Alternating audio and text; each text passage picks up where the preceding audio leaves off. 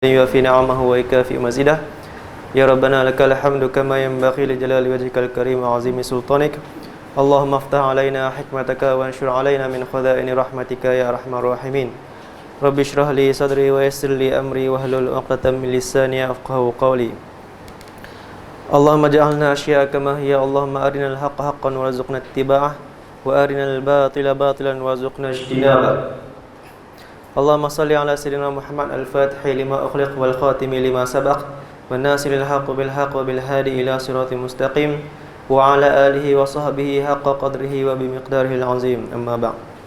Assalamualaikum warahmatullahi wabarakatuh. Baik, apa khabar semua? Saya harap semua tuan-puan semua sihat.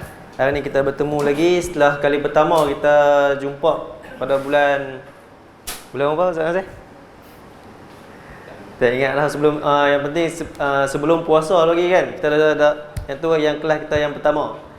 Jadi saya nak ingatkan balik, kita refresh balik, ingat balik apa yang kita dah kongsikan sebelum ni.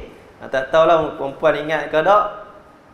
Yang penting saya nak ingatkan balik pada perjumpaan kita yang lepas saya dah kongsikan berkaitan dengan apa itu tarikh tasyri' Islami ataupun terjemahan yang saya terjemahkan sejarah pensyariatan Islam. Saya dah bagi tahu, saya dah kongsikan apa itu definisi ataupun takrif, apa itu takrif pada ilmu pensyariatan Islam, apa yang kita boleh dapat, faedah dia, apa yang akan dibincangkan dalam tarikh tasyri' Islam ini pada perjumpaan yang lepas, kan?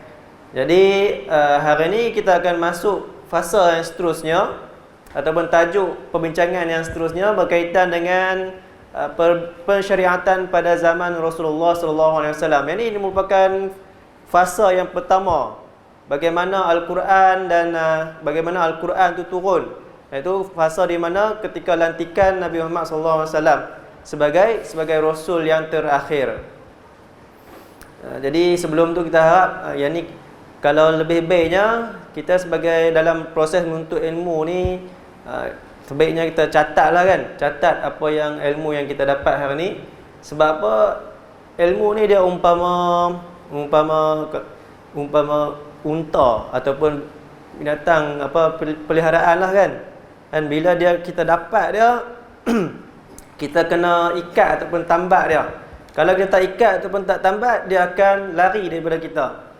Itulah perumpamaan bagi ilmu. Dia tak akan tetap. Dia tak akan duduk dengan kita kalau kita tak jaga dia, tak pelihara dia, tak latih dia. Itu perumpamaan bagi ilmu. Jadi cara macam mana nak ikat ilmu tu, nak bagi supaya tak hilang dalam diri kita, kita kena ikat dia. Ikat dia macam mana? Kita salin atau mencatat apa yang kita dapat. Apa-apa pun yang kita dapat dalam kehidupan kita yang kita anggap tu ilmu baru atau pengetahuan baru, tu kita catat.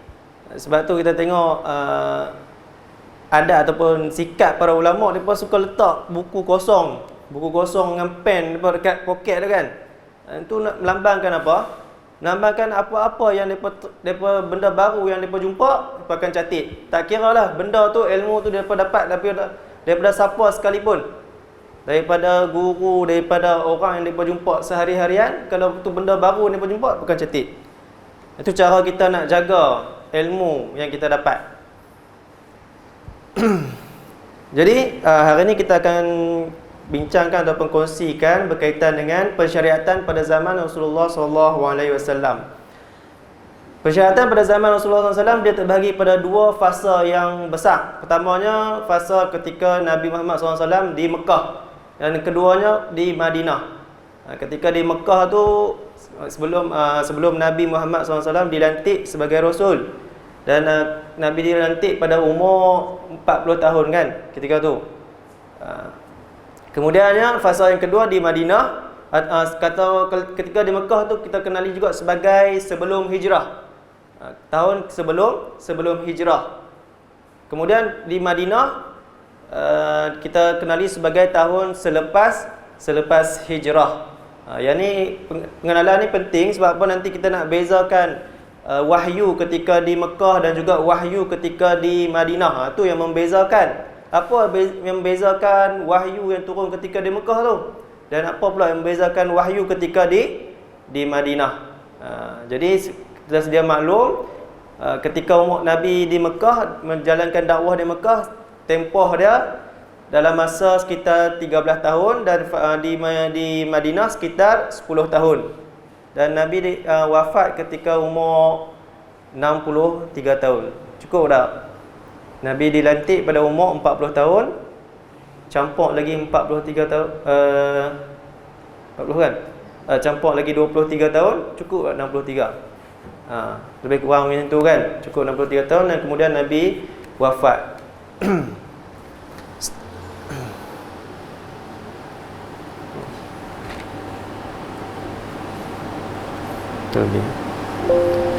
Okey, seterusnya kita terus masuk tengok kita nak bincangkan macam mana dakwah Nabi ketika di Mekah.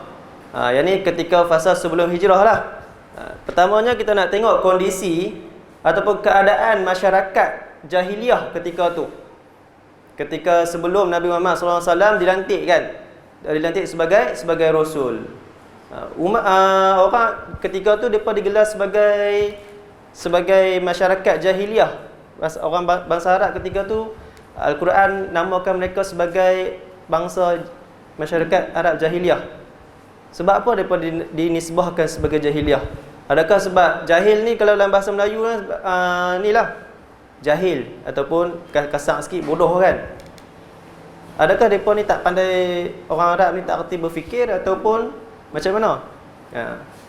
Mereka dinisbahkan jahiliah tu bukan disebabkan mereka ni orang yang tak pandai berfikir,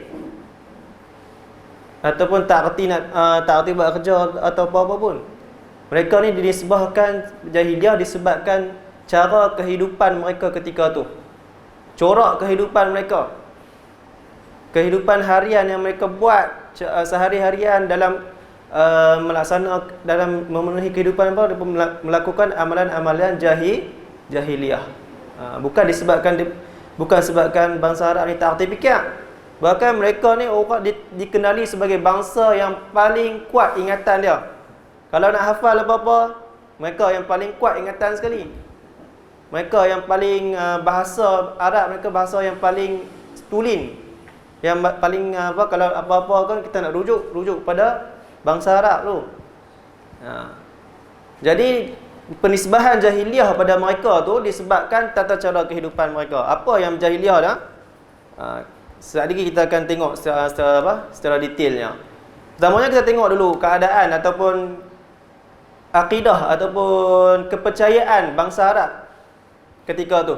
Ketika sebelum sebelum diutuskan Nabi Muhammad SAW dilantik. Pertamanya daripada segi akidah, mereka ni kita tahu mereka ni menyembah berhala, dan mereka juga dikenali sebagai kaum musyrikin.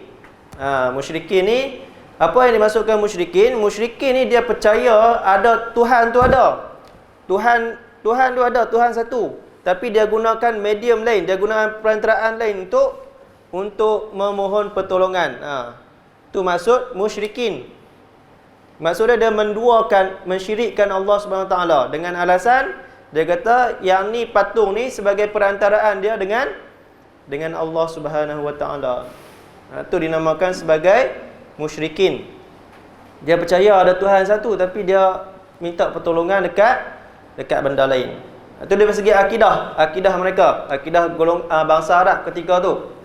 Kemudian daripada segi kehidupan sosial mereka, kita tengok ni yang dia kata jahiliah ni. Cara mereka hidup, mereka bunuh anak perempuan terutamanya. Tu mereka hidup. Bila lahir anak perempuan, mereka bunuh anak perempuan tu sebab apa? Sebab takut menyusahkan mereka. Takut menyusahkan ataupun menyempitkan rezeki mereka. Sebab tu mereka buat amalan-amalan ni, bangsa Arab ni. Tapi kita kena faham, bukan semua yang amalkan bunuh anak perempuan ni. Sebahagian saja yang mengamalkan, tapi itu jadi budaya. Sebab mereka mandang bila ada anak perempuan ni akan menyusahkan mereka. Mereka hanya berbangga dengan anak-anak lelaki. Bila nak ada ramai anak lelaki depa bangga sama mereka. Kemudian apa dah lagi? Melaksanakan percaya pada amalan-amalan khurafat. Kalau nak buat sesuatu pekerjaan, mereka akan buat amalan khurafat dulu. Contohnya macam yang masyhur dan disebut dalam kitab, mereka kalau nak pergi bermusafir, nak pergi bermusafir, nak menjual beli kan, mereka akan lepaskan dulu burung merpati ni. Burung merpati, tengok burung merpati ni pergi ke kanan, ke kiri ke kanan. Kalau dia pergi ke kiri, tu tanda sial. Kalau tanda kanan tu bawa faedah, bawa rezeki yang banyak. Itu antara ciri-ciri amalan khurafat yang kat bangsa Arab dulu. Kita tengok dekat orang bangsa kita sendiri ada tak amalan-amalan ni? Kalau kita ada juga perbuatan-perbuatan ni, sebahagian yang kita lakukan, maksud kita ni boleh juga disebutkan sebagai masyarakat yang jahiliah disebabkan amalan-amalan kita tu. Kalau tak ada, alhamdulillah, kalau benda tu dah selesai dah dan kita faham bahawasanya amalan-amalan khurafat ni, contohnya kalau ada lah, kalau kat Malaysia ni tak ada kot sampai bunuh anak perempuan kan. Tak ada lah. Semua sekarang ni, semua alhamdulillah Islam dah tersebar luas dekat tanah Melayu kita, dekat dalam Malaysia ni, kita faham benda tu amalan jahiliah.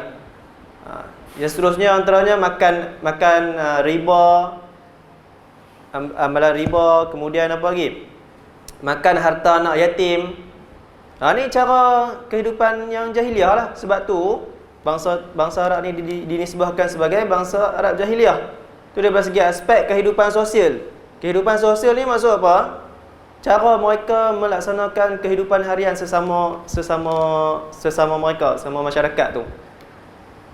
Kemudian dari segi aspek kekeluargaan, mereka ni mengamalkan pernikahan yang diharamkan dalam Islam, antaranya nikah sighar. Nikah sighar ni maksud dia macam tukar. Seorang lelaki ni dia tukar, kata ayah ni kan, okey aku nikahkan anak aku dengan si A, kemudian si A tukar pelik, nikahkan anak dengan si B. Tu nikah sighar. Ni diharamkan, antara bentuk nikah yang diharamkan dalam Islam. Antaranya lagi nikah mut'ah yang selalu kita dengar macam Syiah buat tu kan. Itu semua bentuk-bentuk nikah yang diharamkan di dalam Islam. Kerana apa? Kerana menzalimi sebelah pihak yang lainnya. Kemudian ada dalam segi aspek kekeluargaan lagi, isteri bagi budaya masyarakat ni, isteri kalau suami mati tak dapat harta peninggalan, tak dapat faraid. Semua dia bagi kat keluarga bagi kat keluarga lelaki. Isteri ni tak ada apa. Kan? Kemudian kalau anak tiri dengan ibu tiri tu, ketika suami dia mati, anak tiri boleh kahwin dengan mak tiri. Ni antara amalan jahiliah. Kita tengok ni amalan sonsang lah kan. Kita pun faham bila kita sekarang ni kita baca ni, kita yang ni amalan yang orang-orang yang tak bertamadun. Memang tak bertamadun lah kalau buat macam tu. Kemudian daripada segi politik, dari segi pentadbiran, pengurusan negara, mereka ni zalim. Zalim. Yang mana yang kaya makin kaya, yang mana miskin makin ditindas. Sebab apa? Sebab mereka ni mengamalkan politik asabiah. Nanti yang mana yang dia nampak menyokong dia, yang bantu dia melakukan kezaliman, dia lantik sebagai kerabat dia. Kalau yang tak bantu, dia tindas. Itu daripada segi politik. Kita tengok pada segi 4 aspek tadi kan. Sebab apa mereka ni digelar sebagai golongan jahiliah? Bukan disebabkan mereka ni tak pandai berfikir, tapi cara kehidupan mereka tu yang rosak. Okey. Kemudian poin seterusnya, kenapa boleh berlakunya kerosakan ni dalam masyarakat? Kita nak tengok benda ni, bukan kita nak kata dekat bangsa Arab lah. Kita nak tengok benda ni berlaku tak dalam masyarakat kita. Kalau benda ni berlaku, antara benda-benda yang berlaku tu, macam mana apa punca dia? Apa penyebab yang menyebabkan berlaku kejahilan ni? Bagaimana kita nak atasi perkara ni daripada berlaku dalam masyarakat kita?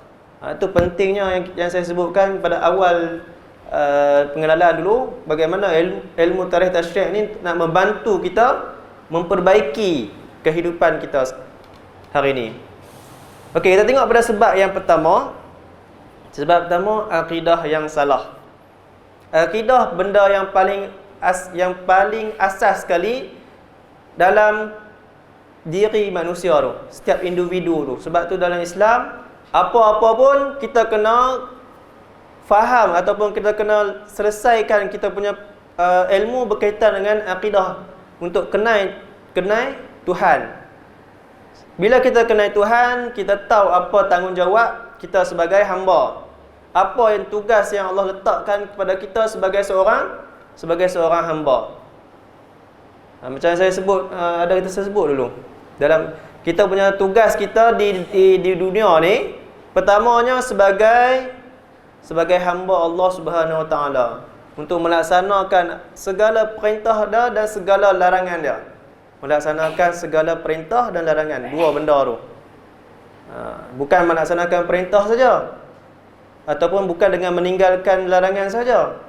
Dia kena berselari dua tu, melaksanakan perintah dan meninggalkan larangan. Itu tugas kita sebagai hamba. Yang pertama. Yang keduanya, tugas kita sebagai khalifah di atas muka bumi. Khalifah di atas muka bumi ni apa? Kita melaksanakan kehidupan kita secara hubungan kita dengan Allah SWT, hubungan kita dengan diri sendiri, hubungan kita dengan masyarakat, hubungan kita dengan alam sekitar kita ni. Empat benda tu kita kena jaga. Itu tugas kita yang utama sebagai khalifah di atas muka bumi ni. Jadi dengan nak kenal akidah ni, kita tahu tujuan kita ke mana. Apa setiap benda yang kita buat dalam kehidupan ni, nak buat apa tujuan dia? Untuk siapa? Untuk kita, untuk dunia ni sahajakah, ataupun kita akan bertemu Allah Subhanahu akan dihisap segala perbuatan kita di akhirat nanti. Sebab tu akidah tu memainkan peranan. Sebab tu kita tengok kalau golongan yang tak percaya yang ada Tuhan ni, atheist sekarang ni kan, atheist yang tak percaya ada Tuhan ni, dia kata nak buat apa ada Tuhan? Tuhan tak bantu kita pun. Tuhan tak memudahkan kita pun. Bahkan ada perang sana, perang sini, ada orang miskin, ada orang kaya, ada penindasan sana, penindasan sini. Bila dia tengok keadaan macam tu, dia berkata Tuhan ni tak ada, Tuhan ni tak buat kerja. Last sekali dia berkata apa? Biar kami yang uruskan sendiri, kami yang kehidupan kami di dunia. Dia berkata kita punya kehidupan ni hanya di dunia, tak ada akhirat. Jadi macam sekarang bila dia buat kesimpulan macam tu, mereka hanya akan kejar apa? Hanya akan kejar kebahagiaan di dunia. Dia pun tak kira dah kat akhirat. Kita nak kaya, kita kaya kat akhirat, dekat dunia saja. Kita hak yang apa kalau yang miskin makin miskin, yang kaya makin kaya. Itu contoh yang paling mudah lah yang kita nampak. Yang paling mudah kan kat sekeliling kita. Itu berkaitan dengan pentingnya akidah dalam urusan harian kita. Apa-apa pun kita laksanakan, kita nampak bahawa tujuan kita itu Allah SWT sebagai pengatur, sebagai pengurus, sebagai tujuan utama kita. Okey. Itu sebab yang pertama, akidah yang salah ataupun terpesong. Yang kedua, taklid. Taklid ni maksud dia apa? Taklid ni secara mudahnya, orang yang ikut satu benda, buat satu benda tanpa tahu sebab musabab, tanpa tahu alasan. Itu maksud taklid. Buat satu kerja, buat satu benda tanpa tahu alasan, tanpa tahu sebab musabab. Bila orang tanya sebab apa kamu laksana buat benda ni? Tak tahu, saya ikut orang yang dulu-dulu je. Itu maksud dia taklid. Taklid ni dia ada taklid yang dibolehkan dan ada taklid yang mazmum, yang buruk. Taklid yang mazmum, yang buruk, dengan taklid yang dibolehkan. Apa dia taklid yang mazmum ni? taklid yang buruk ni, macam yang kita sebut tadi, dia buat segala benda ni, dia tak ada alasan, dia tak ada apa? Tak ada dalil, sama ada tak ada dalil, tak ada alasan, tak tahu sebab musabab apa. Contohnya yang paling teruk sekali dalam bab-bab pemikiran, ideologi ni. Bila dia dengar benda, contohnya sekarang ni kan, dia dengar kita ni kena perjuangkan hak sama rata antara lelaki dan perempuan. Dia dengar benda tu. Dia dengar orang tu laungkan kan, kita kena perjuangkan hak sama rata antara lelaki dan perempuan. Lelaki dan perempuan ni semua lebih sama. Dia kata ni nampak hak kita kena jaga. Bila dia dengar tu, dia pun rasa betul, dia pun perjuangkan. Bila kita tanya sebab apa perjuangkan benda ni, tak tahu, dia kata rasa nampak macam betul. Tu cara taklid yang mazmum, yang salah, yang dikeji. Taklid yang dibenarkan ni macam mana? Taklid yang dibenarkan dalam bab hukum hakam, yang dibenarkan, taklid yang dibenarkan dalam bab hukum hakam fiqh contohnya kan. Sebab apa dibenarkan? Sebab kita tak ada kemampuan nak buka Al-Quran, buka hadis, nak cari hukum ni apa? Nak cari hukum untuk masalah ni apa dia? Dia buka Al-Quran sendiri, buka hadis sendiri. Tapi dia baca tak faham dah apa. Sebab apa? Sebab dia tak mampu nak buat keluar hukum sendiri. Jadi dia taklid kepada, ataupun dia ikut pada ulama yang berkemahiran. Contohnya kita sekarang, sebab kita ikut mazhab Imam Syafi'i dalam hukum hakam fiqh.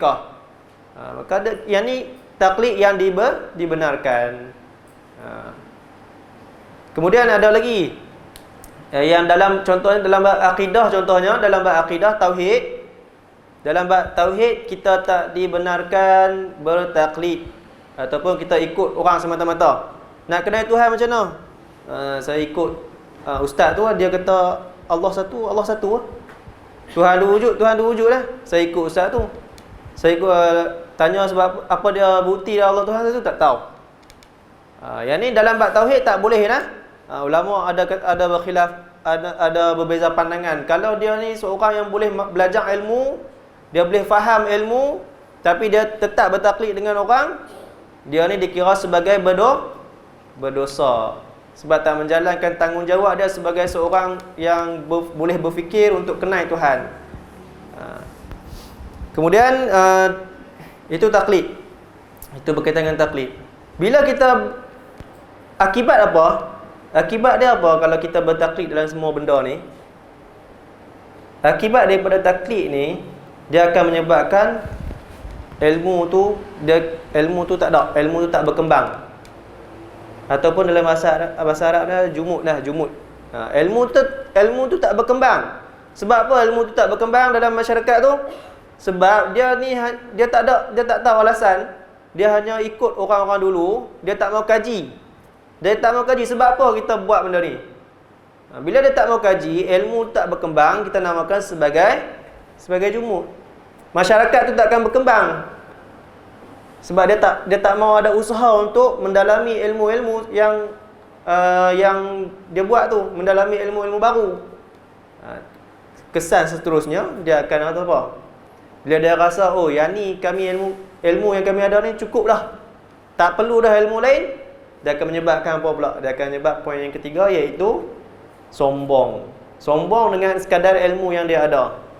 Padahal ilmu yang luar, bila dia keluar daripada kepompong dia tu, ilmu lain tu lebih banyak dan sampai tak terkira nak belajar. Tapi disebabkan taklid tadi, dia ilmu tak berkembang. Bila tak berkembang, maka dia sombong dengan sekadar ilmu yang dia ada. Itu penyebab kepada berlakunya amalan-amalan yang tadi kita sebut tu. Penyebab kepada berlakunya kehidupan-kehidupan yang dinisbahkan sebagai kehidupan yang jahiliyah. Jadi bila kita tahu poin-poin ni, kita tahu punca-punca ni, kita tengok dalam diri kita ada tak benda ni. Atau kemudian dah tengok dalam diri kita, tengok dekat dalam masyarakat kita. Lepas tengok dalam masyarakat kita, tengok dalam negara kita. Dengan tu barulah kita jadi masyarakat yang bertamadun. Kita tak duduk di tempat yang sama. Okey, seterusnya. Poin yang seterusnya, tata cara pensyariatan ketika di Mekah ni macam mana? Nabi berdakwah di Mekah ni macam mana?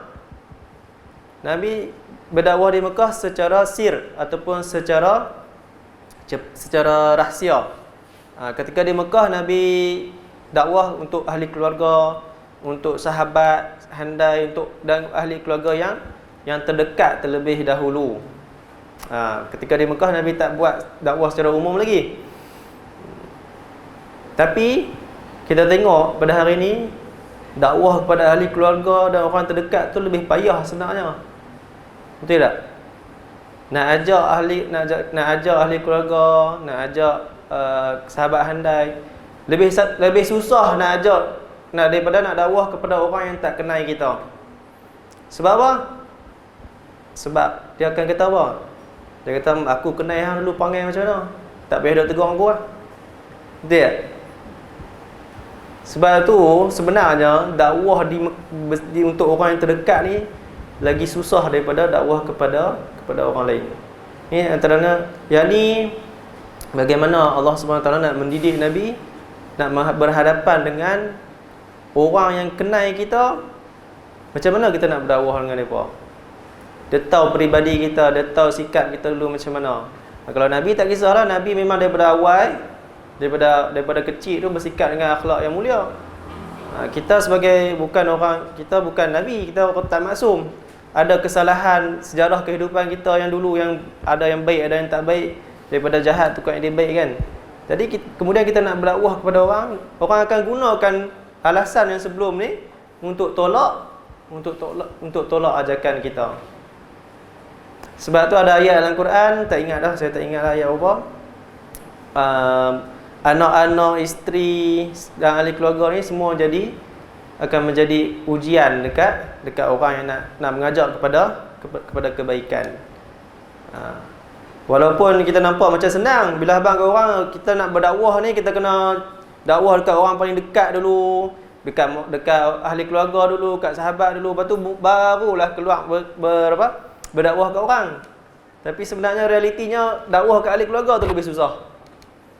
Dia nak ajak, contoh perempuan dan perempuan nak didik anak-anak, cucu kembali, kita tengok kesalahan-kesalahan yang berbuat, kita nak suruh, nak ajak, dia akan rasa susah. Sebab apa? Kita kata, kalau kita tegur ni, dia kata apa?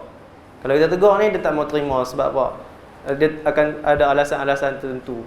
Betul tak? Itu yang kita tengok dalam kehidupan kita hari-hari.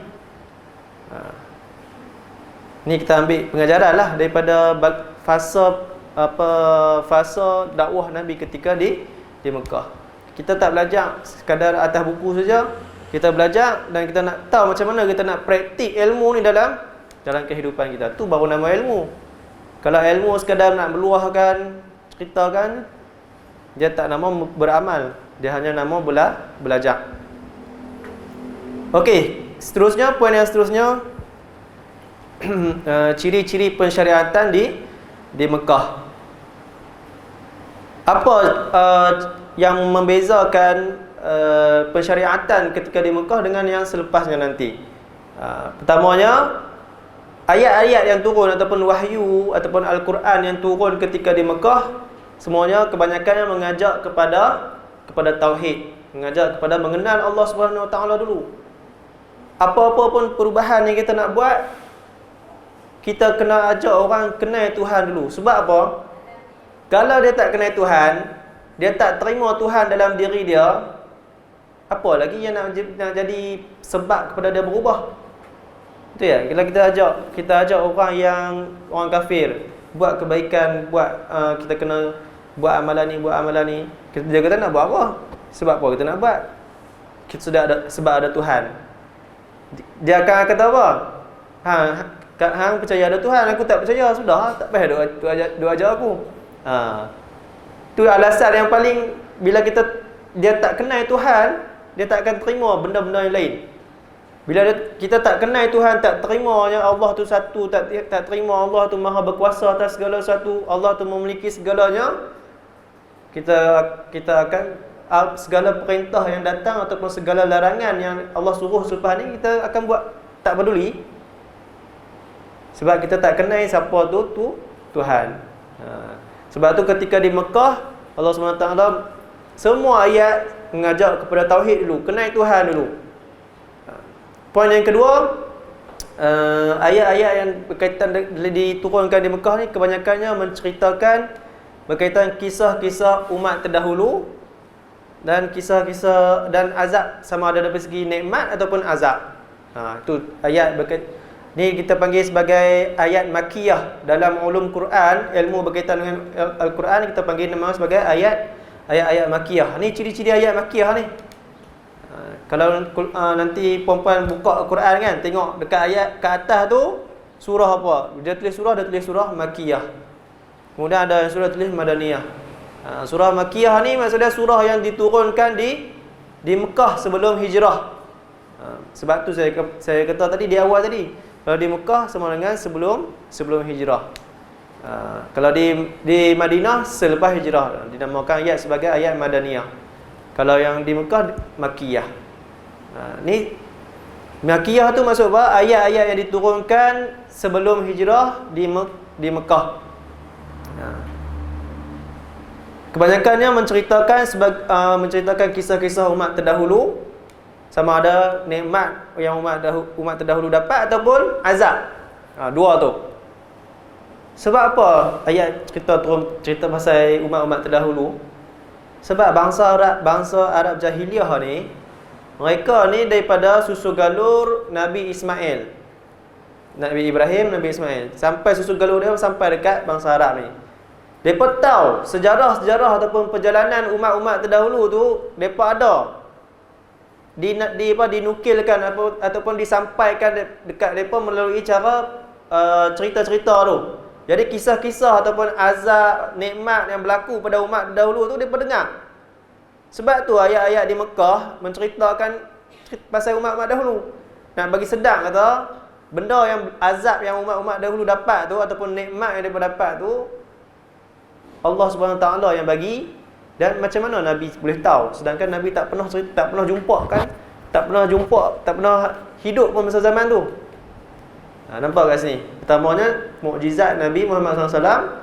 Keduanya, nak bagi orang yang dengar tu sedar. Oh, betul. Maksudnya, nikmat yang umat tu, nikmat yang mereka dapat tu ketika mereka mengikuti perintah Allah SWT. Azab yang mereka dapat tu disebabkan menolak dakwah Nabi Muhammad SAW. Itu ciri ciri-ciri pensyariatan di Mekah yang kedua. Yang ketiga, ayat-ayat yang pendek, mudah difahami.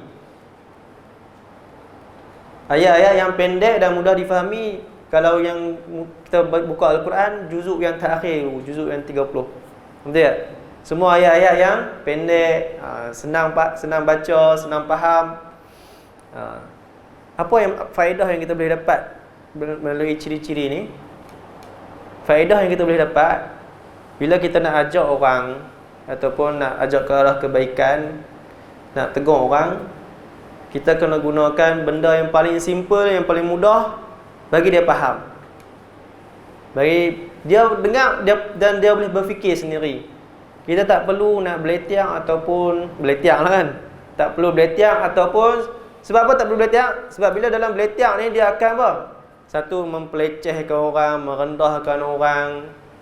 Asal kita nak ajak kepada kebaikan, last sekali orang benci nak ikut kita.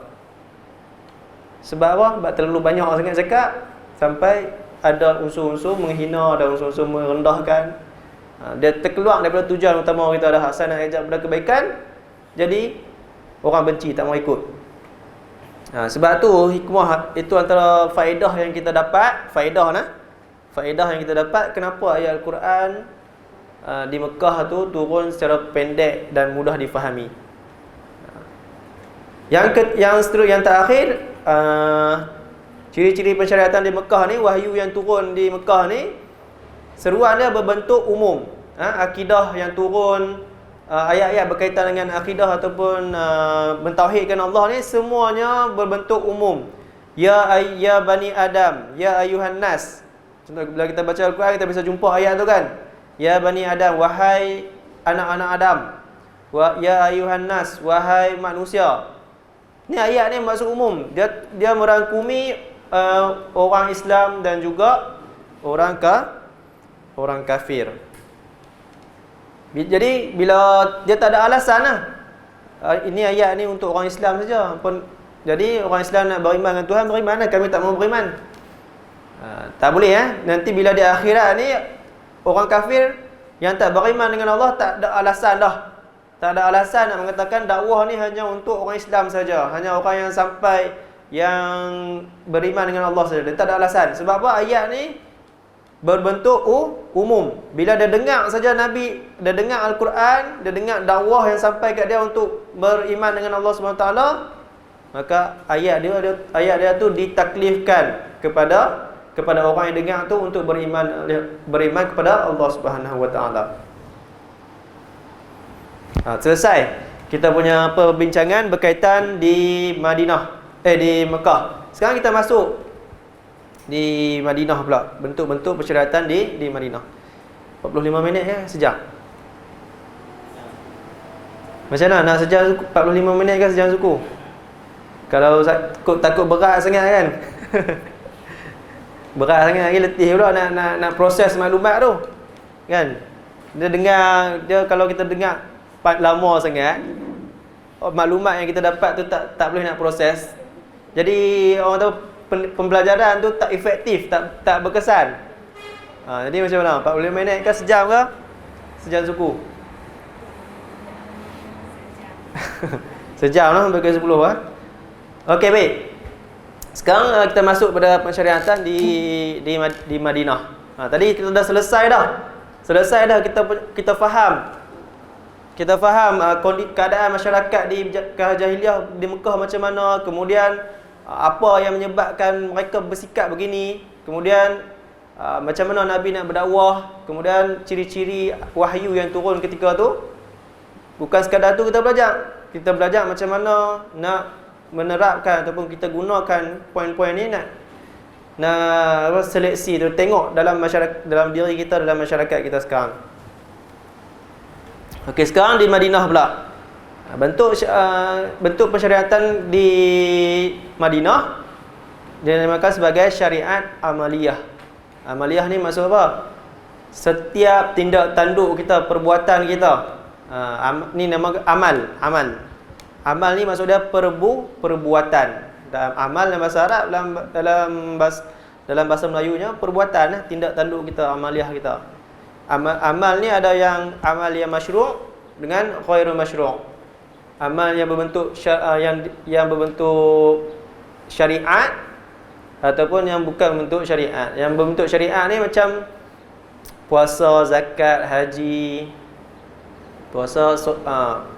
sembahyang, puasa, zakat, haji, yang tu dia sebagai amaliyah masyru' yang disyariatkan.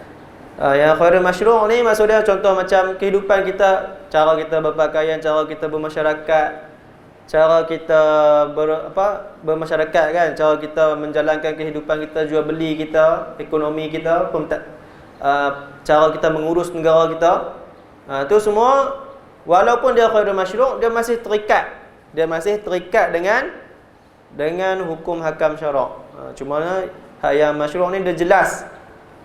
Perbuatan kita tu khusus untuk Allah Subhanahu Wa Taala. Yang tu berkaitan dengan syariat amaliyah. Tengoklah fasa ketika di Mekah, ayat berkaitan dengan akidah. Ketika di Madinah, wahyu-wahyunya semuanya berkaitan dengan cara kita nak menjalani kehidupan. Tu saya kata tadi. Kita kena terima dulu Allah SWT dalam diri kita. Bila kita terima satu tu, baru kita boleh melaksanakan segala perintah dan larangan dia. Yang contoh yang paling mudah sekali, paling dekat sekali yang kita, cara kita, pasangan kita, kan? Suami kita, kalau kita tak terima dia sebagai suami kita, kita boleh terima tak apa yang dia suruh dengan apa yang dia larang? Takkan terima boleh tak? Kalau kita tak suka orang tu. Macam itulah juga dengan agama pun. Kita terima Allah SWT tu sebagai Tuhan kita. Jadi segala perintah dengan larangan kita akan terima dengan hati yang terbuka. Itu perumpamaan yang paling mudah nak faham lah. Okey, yang jelasnya dalam syariat amaliyah ni, hukum hakam berkaitan dengan ibadah. Kita belajar dalam hukum hakam fiqh tu kan. Hukum hakam ibadah, cara macam mana nak bersuci, macam mana nak laksanakan sembahyang, cara macam mana nak laksanakan puasa, cara macam mana nak laksanakan zakat, haji. Itu dinamakan sebagai hukum hakam ibadah. Yang ni dikatakan sebagai fardu ain lah. Fardu ain yang kita kena belajar tu. Yang sebelum ni apa? Safinatun Najah. Yang sebelum ni kan, minggu lepas. Itu dalam itu fardu ain yang kita belajar dalam hukum hakam ibadah. Safinatun Najah, kitab fiqh tu. Yang Ustaz Maudi kan yang ajak kan. Kemudian apa dia lagi berkaitan dengan kita punya kehidupan harian Hukum hakam ibadah ni kita punya tanggungjawab. Hukum hakam ibadah ni tanggungjawab kita dengan Tuhan semata-mata. Tanggungjawab kita, urusan kita dengan Allah Subhanahu Wa Taala. Ni orang panggil ibadah fardiyah. Ibadah fardiyah, ibadah yang berbentuk individu. Kalau dia tak buat, tu tanggungjawab dia dengan Tuhan. Orang lain tak masuk campur. Kalau dosa dia sendiri dengan Allah Subhanahu Wa Taala. Ini dalam hukum hakam ibadah lah. Tak semayang, orang lain tak tanggung lah dosa dia. Dia yang tanggung sendiri. Okey, tak puasa, tak zakat, semua tu dia tanggung sendiri. Orang lain hanya sebagai nasihat, bagi tahu tak laksanakan ni berdosa, tak buat macam ni berdosa, macam nak semayang kena macam ni, kena cukup syarat, cukup rukun. Tu tugas untuk sampaikan sahaja. Laksanakan dia tu, dia tak buat, dia berdosa. Kalau dia buat, dapat pahala. Kemudian yang kita belajar berkaitan dengan syariat amaliyah ni berkaitan dengan jual beli ataupun muamalat. Dalam bahasa Arabnya muamalat, dalam bahasa Melayunya jual beli. Yang lebih besar lagi kalau kita tengok ekonomi kita. Ekonomi, cara kita nak menguruskan perbelanjaan kita, cara kita nak jual, nak beli ke orang, nak jual ataupun beli dekat orang. Ini semua merujuk kepada pembentukan ekonomi. Ada tak kita jalankan tak benda ni dalam kehidupan harian kita? Hari-hari dah kan, beli sayur, beli lauk, beli nasi, tu jual beli tu. Kalau kita tanggungjawab kita belajar macam mana nak buat hukum jual beli yang sahih, yang boleh diterima. Kalau kita jual beli yang rosak, yang terbatal, macam mana? Kena belajar. Yang tu kita belajar dalam fiqh bab muamalat. Seterusnya dalam bab berkaitan dengan pernikahan, dalam bab fiqh juga. Bab fiqh hukum hakam fiqh bab berkaitan dengan kekeluargaan. Hak suami, hak isteri, nak bangunkan keluarga macam mana.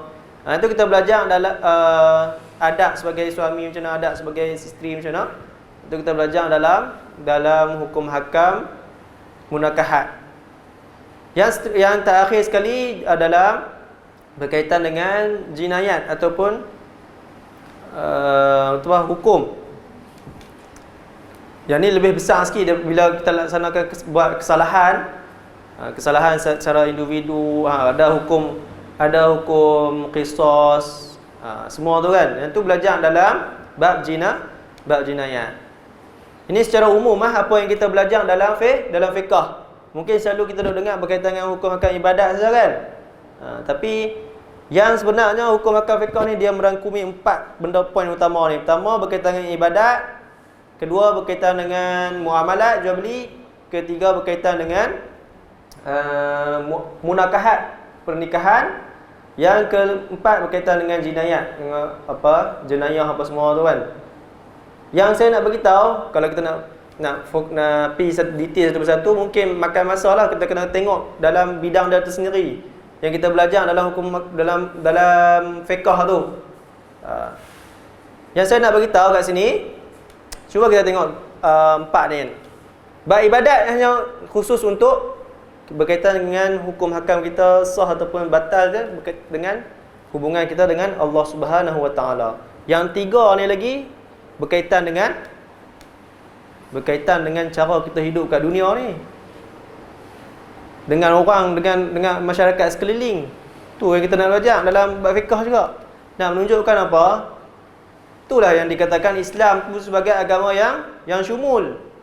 Daripada segala aspek kehidupan kita dah ada dah diajak dah dalam Al-Quran, dan ulama-ulama tolong rangkup, tolong susun macam mana kita nak beramal dengan apa yang Al-Quran suruh.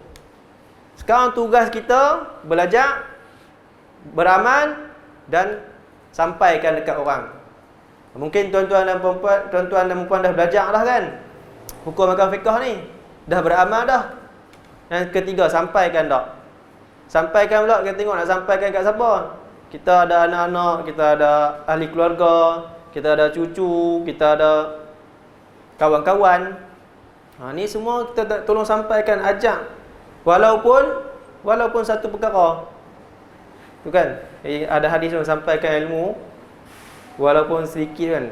Tak ingatlah dia punya hadis, matan hadis tu, cuma dia punya kandungan tu kata kita kena sampaikan ilmu. Okey, itu bentuk persyariatan di Madinah. Dan bentuk persyariatan di Mekah berkaitan dengan akidah.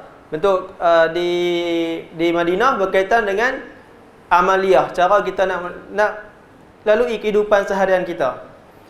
Kemudian poin seterusnya tata cara pensyariatan di Madinah macam mana? Ketika ni lah tadi di Mekah Nabi dakwah secara sir ataupun secara rahsia. Sekarang di Madinah Nabi dakwah secara umum, secara terang-terangan. Kalau kita tengok ketika di Madinah tu Nabi sudah membangunkan sebuah negara. Di Madinah dulu Yathrib, sebelum nama Madinah nama Yathrib. Ketika Nabi berhijrah di Madinah tu umat Islam dah ramai. Umat Islam dah ada tempat, dah ada negara. Nampak tak? Ketika di Mekah hidup secara sendiri, individu, beriman kepada Allah. Bila di Madinah dah ada masyarakat. Jadi masyarakat umum, ramai orang nak hidup, nak jual beli, nak makan, nak minum. Kena berlakunya perhubungan antara sesama orang tu. Jadi kena ada undang-undang, kena ada tata cara kehidupan dan nak mengatur kehidupan ni. Macam kita sekarang ada undang-undang kan? Ada undang-undang sivil, ada undang-undang syariah. Undang-undang sivil ni yang ditulis, yang dibuat oleh manusia sendiri, yang disusun oleh manusia. Undang-undang syariah yang ditetapkan oleh Allah Subhanahu Wa Taala.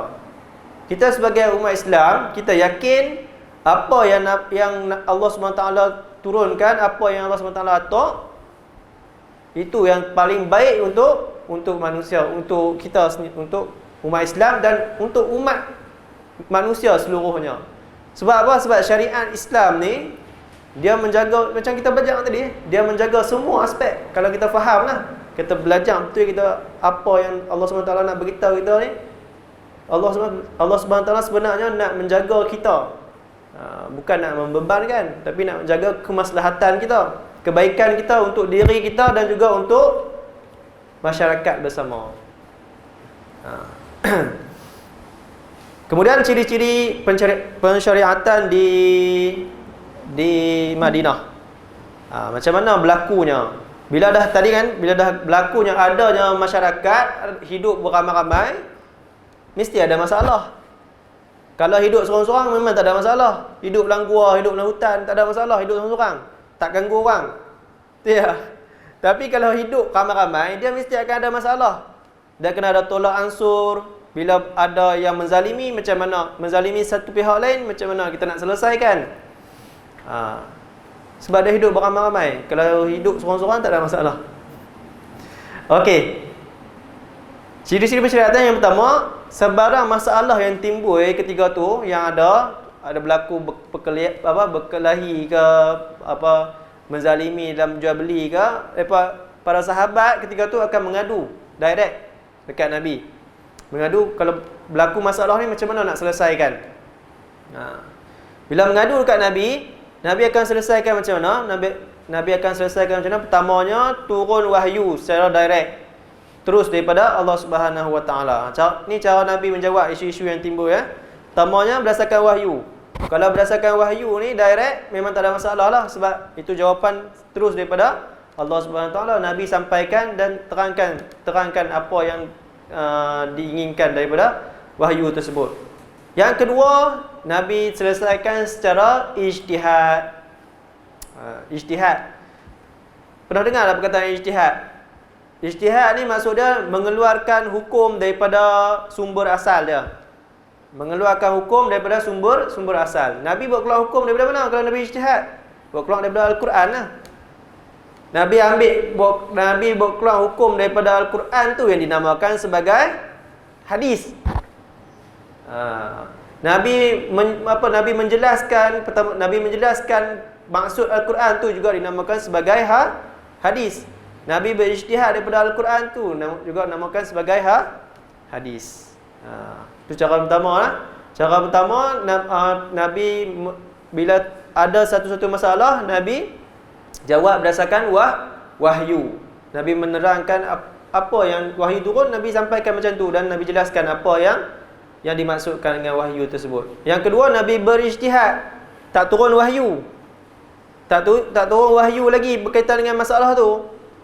Tapi Nabi berijtihad. Sebab apa? Masalah tu perlukan penyelesaian. Betul tak? Bila berlakunya masalah, takkan kita nak tunggu sampai 10 tahun, 20 tahun kan? Mesti nak selesaikan waktu tu. Bila nak selesaikan waktu tu, Nabi berijtihad, mengeluarkan hukum daripada Al-Quran yang sebelum-sebelum ni, yang turun kat baginda. Nabi gunakan benda tu, keluarkan hukum. Ini dinamakan sebagai ijtihad Rasulullah SAW. Dinamakan sebagai ijtihad Nabi. Okey. Dekat sini ada masalah yang timbul. Dia ada dua masalah. Pertamanya, adakah Nabi melakukan ijtihad? Apa bukti Nabi pernah melakukan berijtihad dalam perkara-perkara dia? Bukan kita dengar selalu ni Nabi hanya wahyu. Apa yang Nabi cakap semua wahyu, kan? Macam mana boleh berlakunya Nabi berijtihad? Pendapat ulama mengatakan memang Nabi buat ijtihad. Nabi pernah melakukan ijtihad. Jadi mereka datangkan bukti secara sejarah, daripada bentuk sejarah, peristiwa-peristiwa yang nak menunjukkan Nabi memang pernah melakukan ijtihad. Pertamanya dalam berkaitan dengan perang. Ketika perang Badar, ini bukti bukti yang ulama datangkan. Ini saya tak tulis kat sini, saya tulis contoh tu, saya buat tanda ni kan. Contoh ni saya ambil daripada kitab ni. Okey, ketika berlakunya perang Badar, dan adanya tawanan perang. Ada tawanan perang ketika tu. Daripada tawanan perang ni daripada ketua-ketua musyrikin Mekah. Kemudian Nabi minta pandangan para sahabat kan. Nabi minta pandangan para sahabat, apa yang kita nak buat dekat musyrikin Mekah ni, ketua-ketua ni, kan? Nabi tanya dekat Sayyidina Umar dengan Sayyidina Abu Bakar.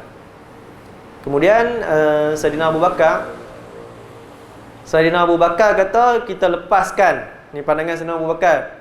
Kan Nabi tanya, Sayyidina Abu Bakar kata, kita lepaskan tawanan-tawanan ni disebabkan mereka ni juga daripada kaum kerabat Nabi Muhammad SAW. Jadi bila kita lepaskan, mungkin kita boleh ambil tebusan kan, boleh ambil tebusan. Itu pandangan Abu Bakar. Nabi dengar. Kemudian tanya dekat Sayyidina Umar pula. Sayyidina Umar kata, mereka ni layak kena bunuh sebab mereka ni merupakan ketua-ketua musyrikin yang memerangi Nabi Muhammad SAW. Jadi tak layak nak bagi hidup kan. Kemudian bila Nabi dengar dua pandangan tu, Nabi cenderung nak pilih pandangan Sayyidina Abu Bakar. Bila Nabi cenderung nak pilih pandangan Sayyidina Abu Bakar, turun ayat Al-Quran, maka nali nabiin an yakuna lahu asra. Ayat tu bentuk tak sepatutnya bagi Nabi mempunyai tawanan perang sebelum agama Islam ini tersebar. Jadi maksudnya apa? Pandangan Sayyidina Umar tu yang lebih tepat. Nabi cenderung nak pilih pandangan Sayyidina Abu Bakar, tapi pandangan Sayyidina Umar tu yang lebih tepat. Ni menunjukkan apa? Nabi nak berijtihad tu. Ayat tak turun lagi sebelum tu ayat.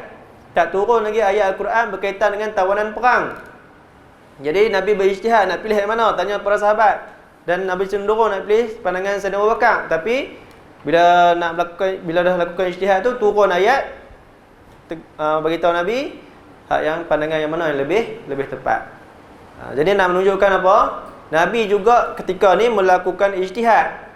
Bila ijtihad tu tersalah, maka akan turun wahyu untuk membenarkan ataupun nak bagi pilihan yang sepatutnya yang Nabi pilih. Kalau ijtihad tu betul, turun ayat membenarkan juga apa yang Nabi Muhammad sallallahu alaihi wasallam ijtihadkan.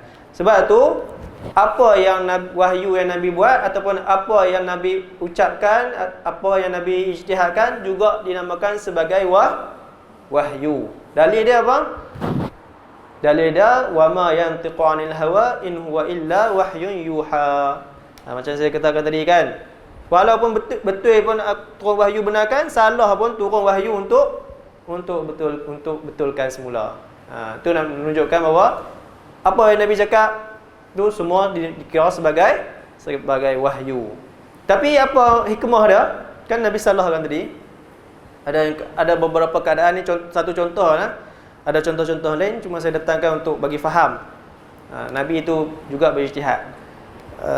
Apa hikmah Nabi salah? Apa hikmah Nabi tersalah dalam melakukan ijtihad? Kan kita belajar akidah, para rasul tak melakukan kesalahan, terpelihara daripada melakukan maksum kan, tak melakukan kesalahan. Hikmah Nabi ni bernama ijtihad. Hikmah Nabi tersalah dalam ijtihad untuk mengajar umat dia, nak mengajar para sahabat bila ada situasi macam mana nak mengeluarkan hukum daripada Al-Quran dan juga hadis. Ni hikmah dia. Sebab apa? Nabi bukan hanya semata-mata kata aku seorang Nabi dan kena ikut aku, kemudian tinggal macam tu. Tak, Nabi nak menunjukkan Nabi ni seorang murabbi, seorang guru. Dia tak tinggal umat dia macam tu saja. Sebab apa? Ada generasi lain yang akan datang sampai kita ni. Nabi nak ajar macam mana kalau berlaku masalah, nak buat apa? Nak buat macam mana? Nanti kita akan tengok dalam permasalahan seterusnya. Yang ni berkaitan dengan ijtihad Nabi. Nabi juga melakukan ijtihad. Cumanya apa yang Nabi cakap pun, apa yang Nabi ijtihadkan juga merupakan sebagai wahyu berdasarkan dalil yang kita baca tadi. Ni seterusnya ijtihad sahabat ketika Nabi masih hidup. Kan tadi kita masalah poin yang pertama tadi, macam mana bentuk pensyariatan di Madinah, nanti tak? Dan bila ada masalah sahabat merujuk kepada Nabi. Kemudian Nabi sama ada Nabi bagi tahu selesaikan melalui wahyu ataupun Nabi berijtihad. Dalam berijtihad ni ada juga ketika Nabi masih hidup, sahabat juga melaksanakan ijtihad berdasarkan apa yang dipelajarkan Nabi.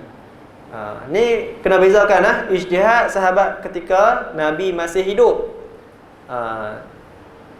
Sebab apa dia bermasuk perbahasan ni? Sebab Nabi masih hidup, takkan sahabat nak lakukan ijtihad kan? Kan tadi dia kata kalau ada masalah kena rujuk terus kat Nabi. Nabi ada di kalangan umat Islam. Jadi apa autoriti untuk sahabat untuk melakukan ijtihad? Jadi ada sebahagian sahabat yang Nabi benarkan untuk berijtihad. Contohnya yang saya dapat datangkan dalam contoh dalam berkaitan dengan betul sahabat penuh berijtihad ketika Nabi masih hidup. Apa bukti dia? Bukti dia ketika ada kisah berkaitan dengan pengutusan Muaz bin Jabal ke Yaman. Biasa dengar tak kisah ni? Nabi nak utuskan Muaz ke Yaman kan? Yaman Mekah dekat lain, Yaman dekat lain. Ketika tu Nabi masih hidup. Nabi nak utuskan Muaz ni sebagai utusan dia lah. Nak jadi gubernur dekat sana. Nabi ada lah masa dekat Yaman ketika tu. Nabi tak ikut sekali kan. Nabi duduk dekat Mekah kan. Lepas tu macam mana? Nabi benarkan Muaz untuk melakukan ijtihad, mengeluarkan hukum daripada Al-Quran.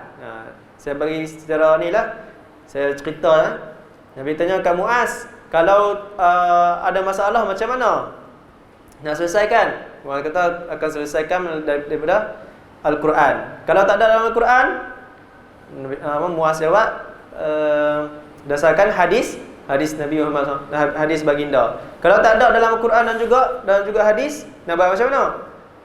Lepas tu Muaz kata aku akan berijtihad dan tidak akan berlebih-lebihan. Kemudian Nabi Muhammad SAW mengakui macam ni lah, sebagaimana yang dikehendaki oleh Rasulullah SAW.